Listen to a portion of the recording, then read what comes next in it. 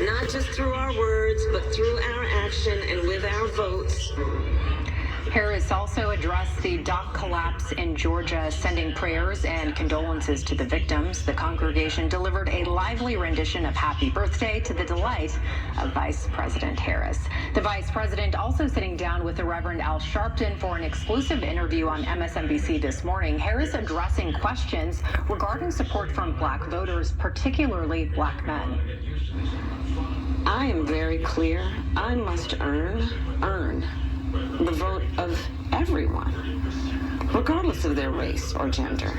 And what can be frustrating sometimes is to have journalists ask me this question as though one should assume that I would just be able to take for granted the vote of black men. I think that's actually an uninformed perspective.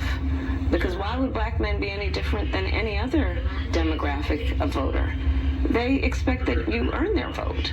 And that is why I am talking and presenting my policies in a way that are, of course, for all Americans, but I will also speak about the specific impact that I can see it having on different demographics of voters.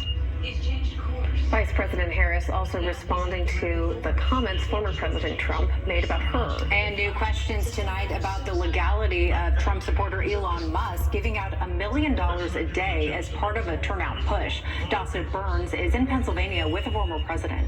Here's that song. Tonight, former President Trump taking questions from Pennsylvania voters at a town hall. We're going to bring them over directly. After taking over the fry cooker at a McDonald's in the suburbs outside Philadelphia, looking to push his unsupported claims, the Vice President Harris lied about working at the fast food chain when she was in college. She talked about the heat. It was so tough.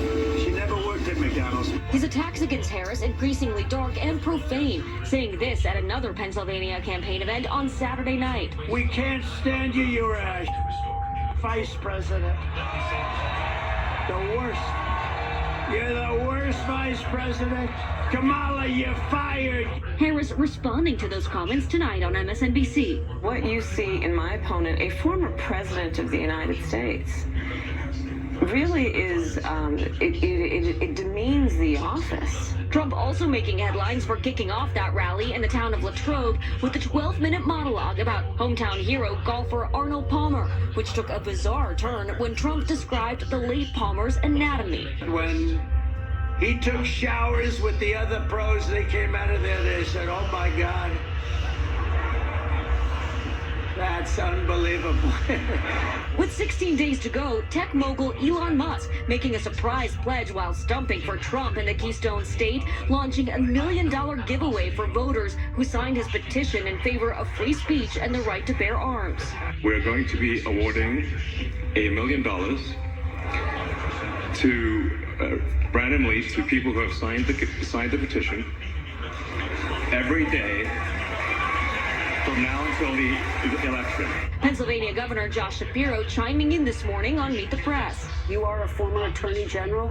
Is this legal?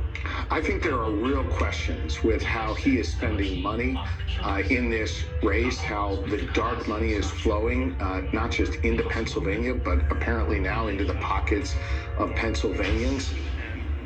Mr. Trump ended his night with a stop at the Pittsburgh Steelers game. Fans coming together in downtown Sacramento today to celebrate the Sacramento Kings. The big event today giving fans a sneak peek of this year's season.